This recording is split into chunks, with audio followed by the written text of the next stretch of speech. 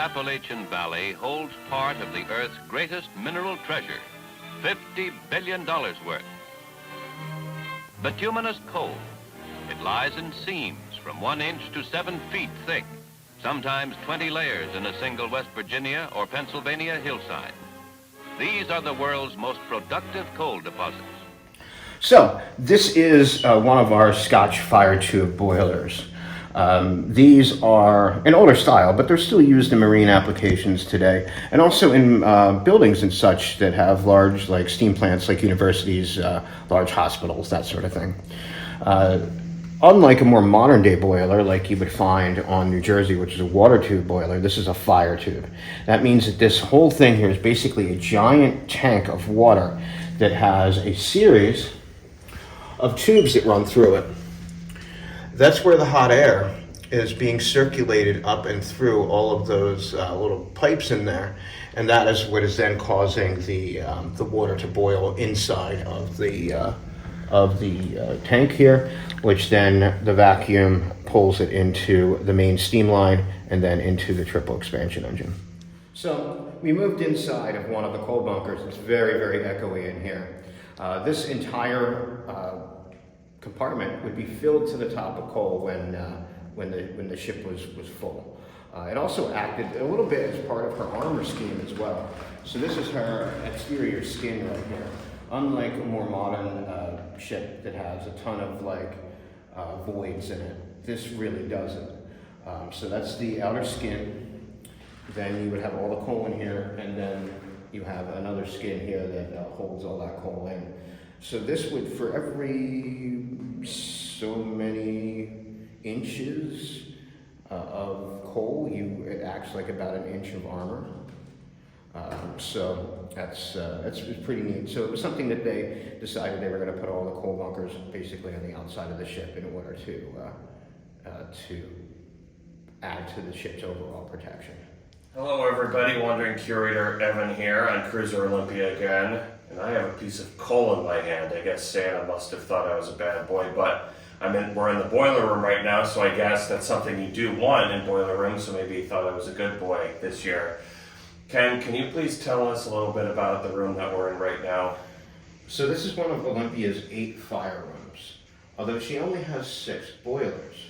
The way that math works out is that some of these boilers are double-ended, meaning they can be cold from both ends. This is an example, the boiler room that we're in right now is an example of those double-ended boilers. There are 4 of them in total, and then 2 single-ended boilers all the way forward of us. Now, what would the people who are in this compartment, what would they be doing? It depended upon their rate. So at the top here, you would have had a water tender. Water tender's job is to make sure that the steam pressure that's coming out is correct, that the water chemistry is correct, that we're not destroying any of the intricate parts and pieces in here if there's too much salinity or how hard that water is or whatever. So he's at the top of the hierarchy. Then you have the coal passers, which is on the lowest end. They're the guys that are literally digging out the coal bunkers here and throwing all of that coal into the furnaces right here in front of us. So if you've ever seen a movie where there's big burly guys who are sweaty, who pretty much have, they have a sleeveless shirt on and they have shovels and they're putting it right in, that's them? Yeah. Now, what kind of coal do I have right here? So what you have right there is anthracite, which isn't, it's not that she could not burn that, but more often than not, we ended up with bituminous. And bituminous is a lesser quality coal. It's a bit softer. It's brown coal instead of, say, this black Pennsylvania anthracite.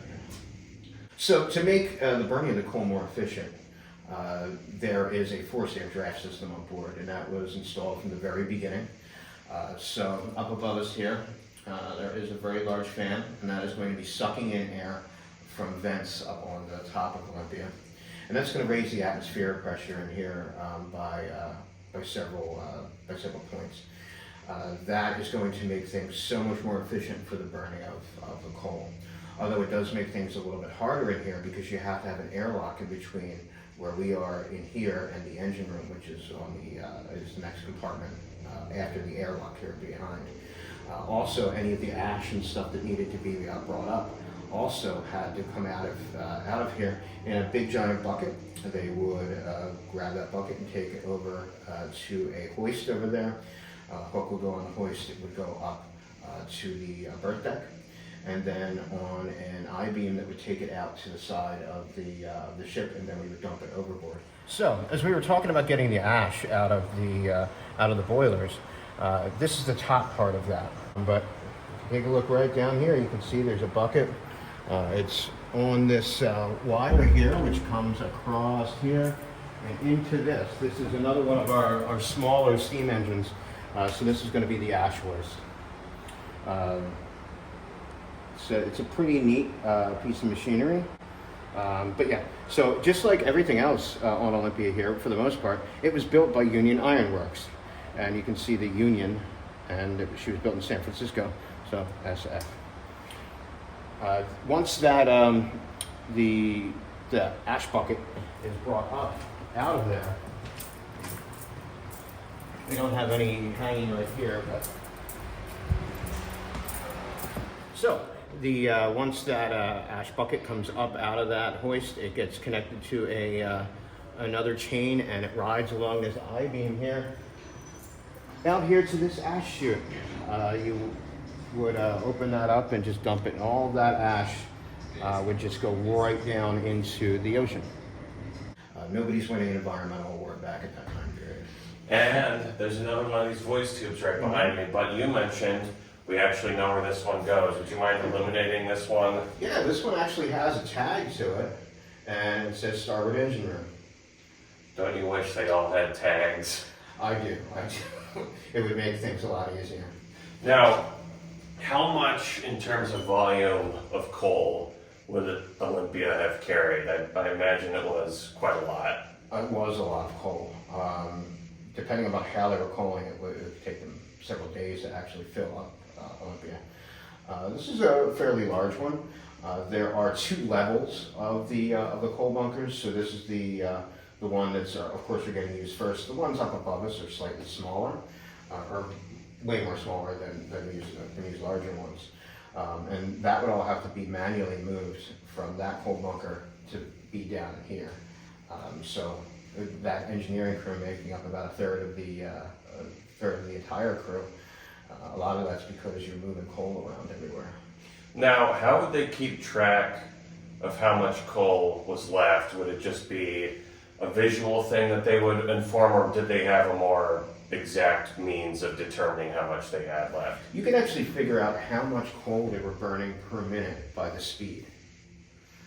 So just like on a modern day ship, say our neighbor across the way in New Jersey, if you look at in their engine rooms, they have like what RPMs give you this many knots, and I don't know. So that actually allows them to be able to tell how much coal we are actually using at any one particular time.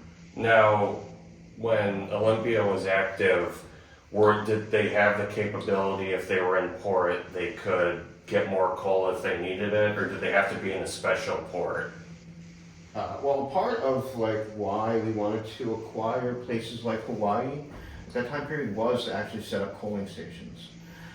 So even Spanish-American War, we defeated Cuba and took Guantanamo Bay. That was a coaling station in the Caribbean there. So we would sometimes buy coal off of the British in Hong Kong.